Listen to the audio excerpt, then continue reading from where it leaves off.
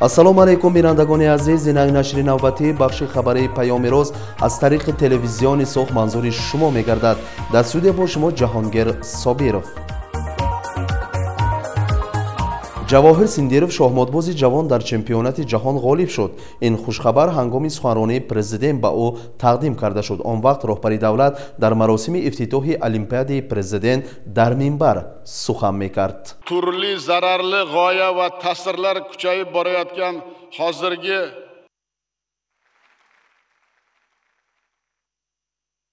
menga yangi xushxabar keldi. Hozirgi daqiqalarda yana bitta xushxabar. 19 yashar vatandoshimiz Javohir Sindarov Hindistonda o'tayotgan Jahon Kubogini g'olibi bo'ldi.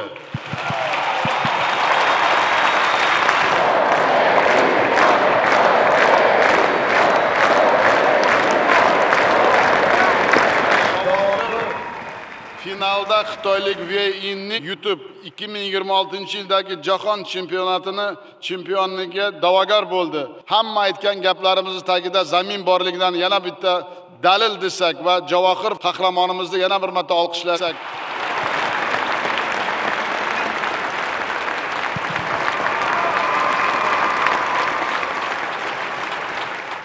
роҳбари давлат ин хушхабарро ба мардум эълон кард ва баъди анҷоми тадбир бо ҷоизадори ҷоми ҷаҳон оид ба шоҳмот Ҷавоҳир Синдоров мулоқоти телефонӣ анҷом дода ӯро бо пирӯзии таърихӣ табрик кард. дар асоси супориши президент Шавкат Мирзиёев шоҳмотбози ҷавон бо унвони фахрии варзишгари хизматнишондодаи Ӯзбекистон сазовор дониста шуд. Javohir bolam, men mana shu buyuk g'alaba bilan tabriklayman. O'zbek farzandi yangi O'zbekiston nimaga qodir ekanini dunyoga tarannum qilganing uchun men faxrlanaman bolam. Ilohim mana shu butun yo'llaring bardavom bo'lsin. Ota-onang, bobolaring qanday xursand bo'lsa, men ham ilohim yaxshi kunlaringda sherik bo'layin. Tabrik. Rahmat, xudo xolisi bu o'zbek shaxmatchilarining turlanishi boshlanishi biz nasib jahon tojini ham O'zbekistonga olib kelamiz degan umiddaman. Rahmat, qo'llab-quvvatlab turganingiz uchun. Ilohim mana shu niyatlaring bardavom bo'lib, niyatlaring amalga oshsin. Rahmat senga bolam. Men so'zga chiqqanimda menga olib kelishdi, e'lon qildim, butun respublikaga e'lon qildim. Boya ko'rdim videosini, to'g'risi juda ham hayajonlanib ketdi. Juda ham katta rahmat. Tabriklayman bolam. Bu hammamizga g'urur bag'ishlaydi. Mana shu o'zbek farzandi biliming bilan, shijoating bilan mana shunga erishding. Men sendek farzandim borligidan yana bir marta faxrlanaman. Tabriklayman bolam.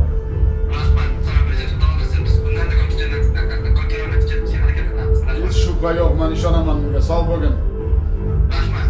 Eson-omon yetib kelgan vatanimizga. арғамчинбофӣ яке аз ҳунарҳои қадима буда имрӯзҳо дар ҳудуди водии зархези Фарғона ҳастанд нафароне ки аз ҳисоби ин ҳунар зиндагии фаровон доранд ва ҳатто маҳсулоти омода кардаашонро на фақат дар бозорҳои дохилӣ балки ба кишварҳои ҳамсоя низ содирот карда истодаанд. мавзӯъро дар мисоли ҳунармандони маҳаллии Бешкапаи ноҳияи Учкуприк давом медиҳем. дар деҳаи Бешкапа ки дар ноҳияи Учкуприки вилояти Фарғона воқеъ аст, аҳолӣ бо ҳунарҳои қадимии арғамчинсозӣ машғул аст. ҳарчанд замон пеш рафта бошад ҳам дар зиндагии мардум эҳтиёҷ ба ин ҳунар ҳанӯз вуҷуд дорад. муҳим он аст ки маҳсулоти ин ҳунармандон ба кишварҳои ҳамсоя низ содирот карда мешавад. ин маҳсуло на танҳо дар чорвадорӣ балки дар дигар соҳаҳои кишоварзӣ низ истифода мешавад. 5-6 yosh endi eslaganimiz shu. Asosan qo'l mehnati bo'lgan u paytlarda. Qo'l mehnati bo'lgan, to'qilgan, shu yurib bajarilganda ko'p ishlar qo'lda bajarilgan. Yurib keyin shu otni narsalari bo'lsa, qamchilar tikishgan, hozir ham tikishadi, o'tirib olib, qishki kunida issiq joyda tikiladigan narsalarimiz bor. Hovlida yurib qiladigan ishlar bor. арғамчинбофӣ имрӯз манбаи асосии даромади аҳолӣ дар деҳаи Бешкапа мебошад. Элмурод Юсупов ки аз хурдсолӣ дар хонаводаи арғамчинбоф ба воя расида, шогирди бобо ва падар шуда ин ҳунарро аз онҳо аз худ кардааст. акнун бештари хонадонҳои маҳалла машғули ин ҳунар мебошанд. Asosan o'zimizni shu ichki bozorlarga, undan tashqari eksport ham qilinadi. Tojikiston, qo'shni davlatlarga, Qozog'iston, Qirg'iziston. Bizda 4-5 ta ishchimiz bor. Haftasiga shu 500 kilo, 600 kilo, 1 tonnagacha yurtmaga qarab ishlab chiqarishimiz ko'payadi. Bir oyda 15 million, 20 million atrofida daromad bo'ladi. Undan ham oshiq bo'ladi. هر هفته یک خاندان به حساب میانه 1.5 تن ارغمچین تیار میکند.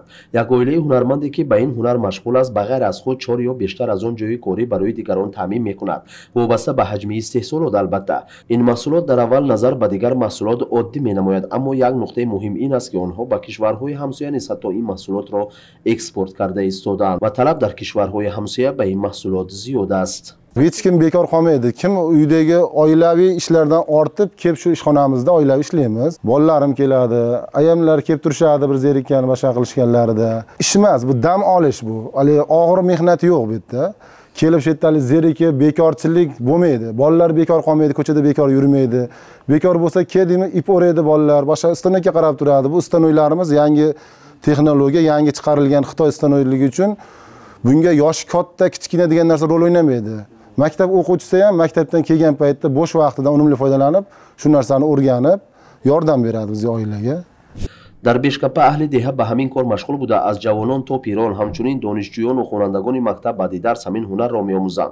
بهرام ابراهیموف که همچنین یک استا میباشد این هنر را از همدهگان یاد گرفته و با اهل خانواده خود به این کار شروع کرده است. همچنین او برای مردم 2 جای کاری علاوگی تأسیس داده است. ارغمچین هایی که او استحصال می‌کند نه تنها به بازارهای محلی بلکه به کشورهای دیگر نیز اکسپورت کرده می‌شوند. محله بیشکپه دارای زیاده از 700 خاندان است که در 350 تای آنها آدمان با ارغمچین بافی مشغولند. وقتی که ما به استحصال ارغمچین نظر میکنیم میبینیم که تمامی اشیاء ضروری حتی دستگاه ها در محله استحصال میشوند. در این زمان این محله از کمبیزاتی و بیکاری آزاد است. از آغاز یا سال جاری جنایت و جداشوی عائله ها در این محل به نظر نرسیده است. Bu mahallamiz ilgari shu tarixda Qamchibob Beshkapa deb nomlangan ekan. Biz ota-bobolarimiz aytib kelishgan. Dastlab bir 10 yil, 5 yil narida Xitoydan kirib kelgan bu dastgohlar. Hozirgi kunda mana shu Xitoydan kirib kelgan dastgohlarni o'zimizning mahalladagi yigitlarimiz o'z qo'l mehnati bilan yasab foydalanishyapti hozirgi kunda. Ilgari xomashiyoni ham shu qo'shni shaharlardan, qo'shni davlatdan kirib kelardi. Hozirgi kunda bu xomashiyalar o'zimizning Beshkapamizda kalavayib qilib ishlab chiqarilyapti. Shu kalavayibni dastgohga qo'yib, arqon qilib ishlab chiqarishadi. همچنین اهالی محله حیات خود را با هنر قدیمی و همزمان با زمان معاصر گرم و سرفرازانه میگذرانند. با مهنت صادقانه و حلال کار و بار در این منزل همه آدمان خوب زندگی میکنند.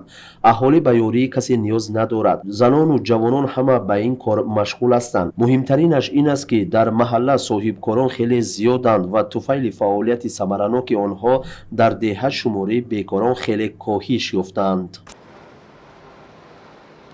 در مکتب موسیقی و صنعت ناحیه سوق قبول سیاری رهبریت صدارت‌های عدلیه و مدنیت ولایت فرغانه برگزار شد. در هفته آن زیاده از 50 نفر شهروند با مسئله‌های مختلف حقوقی و فرهنگی به مسئولان دخلدار مراجعت کردند. گزارش نوبتی ما از همین جریان است.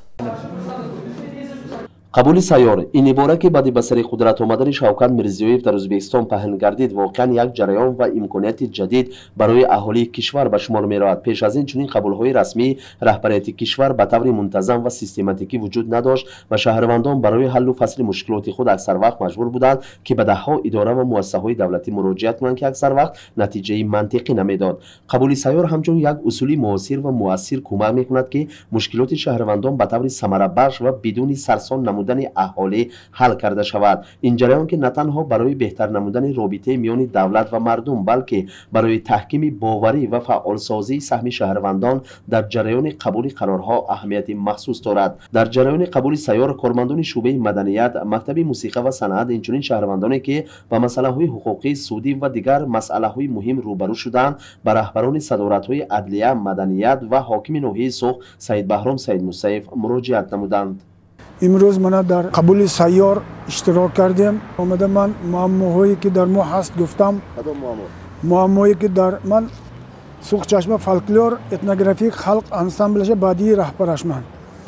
همون انسامبل ما جدا استعداد به بای تاریخی چیز به من یک تا یوویلاش مثال 1000 سال تاریخ دارد. برای بازم رویا به برآوردن 3 تا شتاب برای کارگر دانشگاه‌های تمام کردگی اینستیتوت خوندنگی یوشو های و ناز واقعا فولکلور سوخ تاریخی خیلی قدیمی و ارزشمند دارد و برای پاسداشتن آن رواج دادن و به نسل فردا میراث گذاشتن این ایجادیات دهانه خلق البته کارهای زیادی باید انجام داده شوند. برای این تنها یک یا دو نفر نه بلکه 4-5 نفر باید به این کار مشغول شوند. در حضور شعبه مدنیت ناحیه سوخ دسته فولکلور سوخ چشمه به فعالیت مشغول است. در قبول سیار این مسئله نیز برای بررسی قرار گرفته اهمیت جدی پیدا کرد. اینچنین شهروندان به رهبریت صدارت عدلیه نیز از روی مشکلات خود مراجعت کردند. Mana bugun viloyatimizning Ankalax hududida hisoblangan So'x tumanida prezidentimizning 80 sonli farmoni ijrosi bo'yicha aholining muammolarini o'rganish, ular bilan dildan suhbat qilish, ularning muammolariga yechim berish bo'yicha bugun sayyor qabul tashkil etildi. Mazkur sayyor qabulda fuqarolar tomonidan turli xil masalalar ko'tarilmoqda. Ya'ni aholi bandligini ta'minlash, sog'liqni saqlash, notarius, ZAGS, davlat xizmatlari masalasi bo'yicha turli xil murojaatlar kelib tushmoqda. Mazkur murojaatlarni tegishli rahbarlar tomonidan qabul qilinib, o'rganish bo'yicha ish yurituviga olinmoqda. Hozirga qadar jami sayyor qabulda 50 dan ortiq fuqarolar ishtirok etgan bo'lib, ularning 30 dan ortig'i huquqiy tushuntirishlar berildi va undan ortiq murojaatlar ish yurituviga olindi. در حقیقت از جانب مسئولان صدارت عدلیه زیاده از 50 مسئله آموخته و بررسی شد. اکثریت آنهایی که مراجعت کردند به مصلحت حقوقی احتیاج داشتند. مسئله های باقی مانده باشد برای آموزش و برطرف کردن آنها در مدت معین به مسئولان دخلدار واگذار کرده شدند.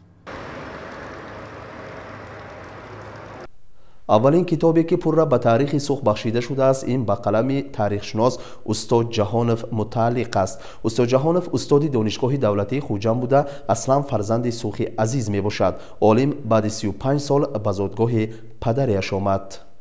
وقتی درباره تاریخ سوخ سخن می‌رود پیش از همه سیموی عالمان معروف ادکر اسلام و استاد جهانف در پیش نظر ما جلوه‌گر می‌شوند.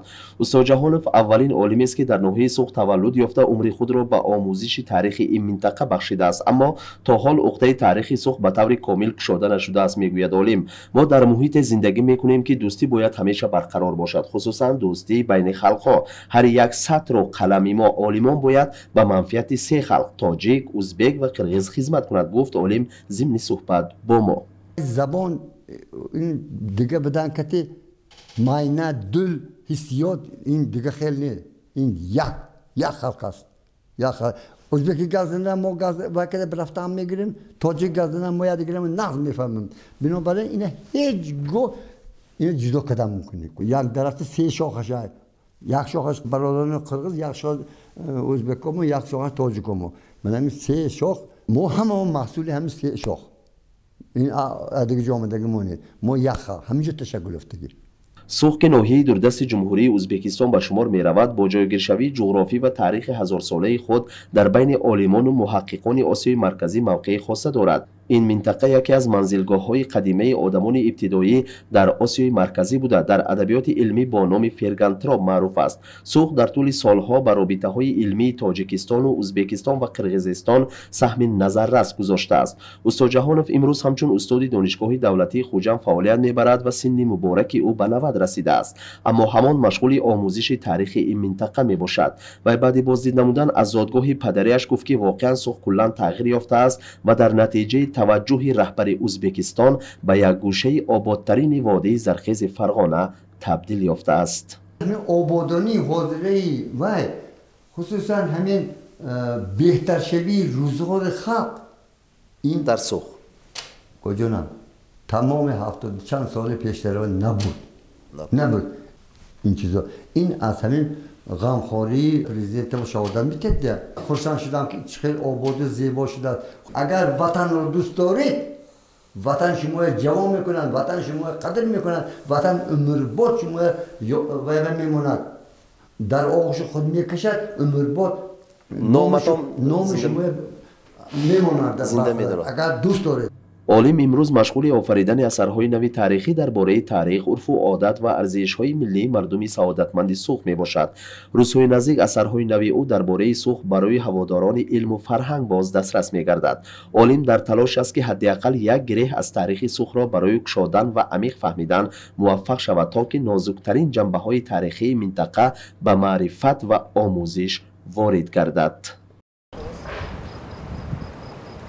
اکنون خبرهای جهان را به شما میرسانیم. یکی از عائله‌های ثروتمندترین هندوستان برای توی عروسی دخترش 9 میلیون دلار خرج کرد، حالان که شماره عائله‌های کم بیزا در این کشور бешумор. در شهر اودایپور هندوستان توی دختر اویله دویمی ثروتمندترین اویله کشور نترا مانتینا برگزار شد. دختری مگنت فارماسیوتیک محلی که صاحب کارخانه های فارماسیوتی می باشد با تجارتچی آیتی وامسی گاری داژوک ازدواج نمود. در مراسم جنیفر لوپز ستاره‌های بالیوود و هنرپیشگان اتسیر سیرکوی 2 ساله نیز به صحنه برآمد کردند. همچنین فرزند پرزیدنت ایالات متحده آمریکا دونالد ترامپ نیز در بین مهمانان بود. بنا به گزارش‌ها خراجات توی بزرگ 9 میلیون دلار آمریکایی را تشکیل داده است.